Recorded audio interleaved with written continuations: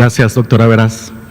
Bueno, un dolor de cabeza a veces son las mamás que tenemos encima como pediatras nosotros, en que nos están bombardeando con una serie de preguntas en relación a la protección de las niñas. Pues para comentarles, ya la doctora Veras había mencionado que efectivamente la carga de enfermedad en la población infantil pues es bastante baja. Entonces, por ese lado pueden estar tranquilas las mamás, los papás en relación con los niños, pero eso no significa que no puedan infectarse. Entonces, los niños sí se pueden infectar y el problema es que como todavía estamos en el conocimiento de esta enfermedad, pues es importante tener los datos de alarma que ya se habían mencionado previamente. Entonces, muchos nos hemos preguntado por qué en la población infantil no se ve tan afectada por el SARS-CoV-2. Existen algunas teorías en relación con esto. Esto es porque los niños, si ustedes saben, en los primeros años de vida, pues por supuesto que los niños están expuestos a una serie de patógenos. Si ustedes los llevan a la guardería, pues se van contagiando de diferentes virus, bacterias, empiezan las enfermedades respiratorias, las enfermedades diarreicas y también las enfermedades exantemáticas, es decir, esas de los niños que llegan todos enronchados a la consulta de pediatría, precisamente porque hay contacto pues con diferentes microorganismos en el ambiente. Esa es una. Entonces, posiblemente esta competencia entre los patógenos pues sea un nicho competitivo entre el SARS-CoV-2 y otros patógenos. La otra teoría es que el sistema inmunológico, por supuesto, en el niño se está en un proceso de maduración. ¿Qué quiere decir? Paulatinamente, desde que nacemos hasta ciertas edades de adulto, nos vamos exponiendo a diferentes virus, bacterias y vamos desarrollando una serie de anticuerpos que son el sistema de protección para estos microorganismos. Entonces, nacemos con una inmunidad pues bastante baja y entonces esto no es, sí hay una respuesta, pero no lo suficientemente madura para tener todo el cuadro clínico que se ve, por ejemplo, en los adultos. Y la otra es que hay una serie de receptores, ya en algunas ocasiones se ha hablado también de los receptores del virus en las diferentes células que componen a nuestro organismo. Entonces, aparentemente este receptor, que se denomina el receptor de enzima convertidora de angiotensina 2, es mucho menor en el epitelio nasal y también en los neumocitos, que son las células del pulmón. Entonces, no le permite o no está tan funcional como para recibir al virus y que esto le permita la entrada a las células y por eso replicarse.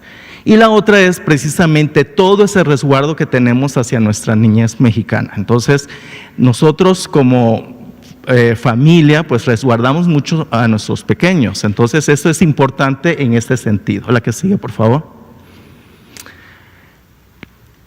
La otra parte es aquellos niños que se infectan, aquellos en los que se ha confirmado la infección, la gran mayoría de ellos, es decir, más del 90% de los niños no va a presentar ningún síntoma.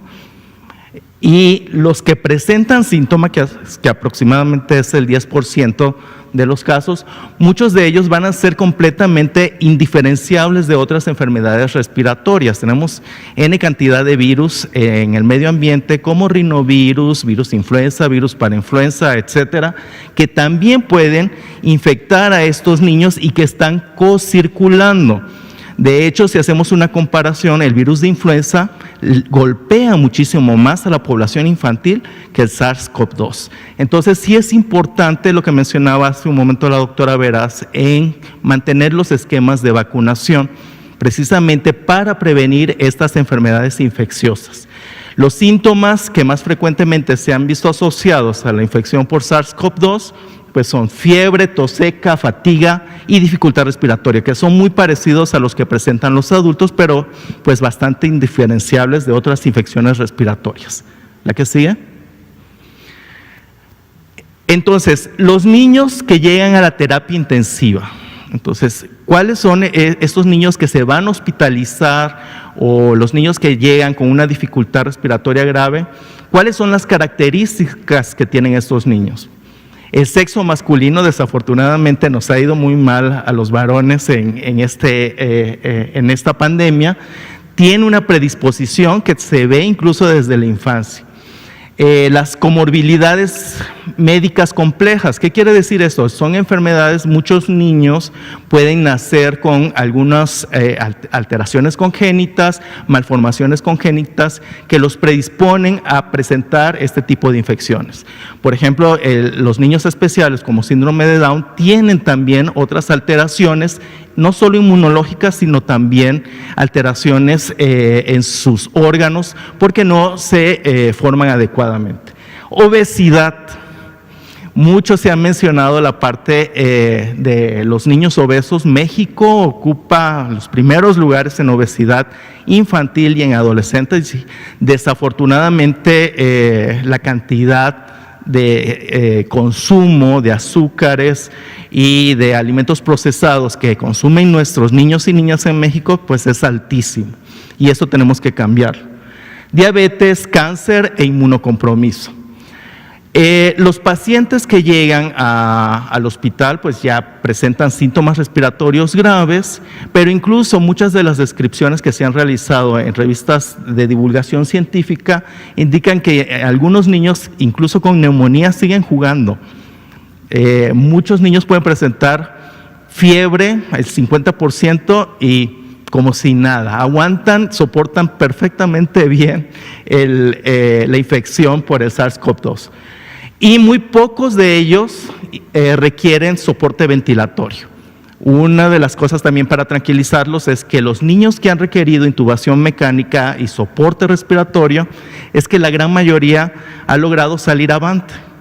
Y la mortalidad es muy baja en la población infantil, afortunadamente. ¿La que sigue?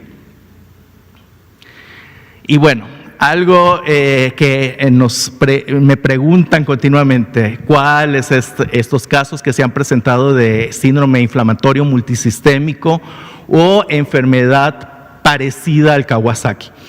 La enfermedad parecida a Kawasaki no es una enfermedad desconocida. Sí se ve en las consultas pediátricas, sin embargo es muy raro observarla.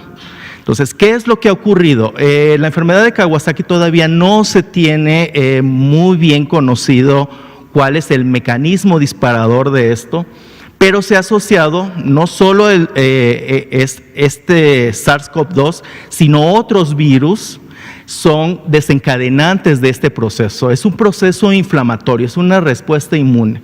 No es que se vaya a presentar COVID-19 en niños de esta manera. Habitualmente estas presentaciones de los casos ya de enfermedad de Kawasaki bien determinada, pues tiene una serie de características que tienen que cumplir para denominarse como tal.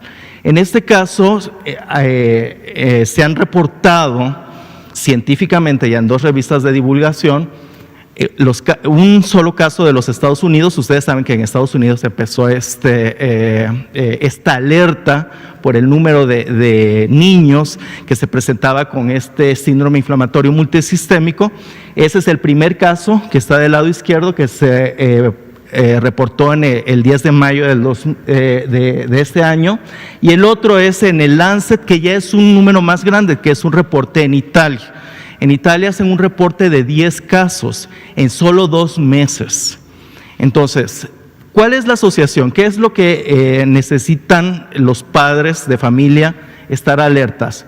Ante cualquier presencia de un exantema cutáneo, es decir, esta erupción cutánea, sí es muy importante que acudan con el pediatra, acudan a un hospital si es necesario. ¿Cuáles son las características? Los niños se presentan con conjuntivitis, se presentan con el exantema característico, que es multiforme, es decir, tiene muchísimas formas, se puede confundir con muchas otras enfermedades exantemáticas, el enrojecimiento de palmas y plantas, puede presentar adenomegalias, es decir, inflamación de los ganglios, la lengua aframbuesada, que se le llama, grietas en labios y exantema en todo el cuerpo.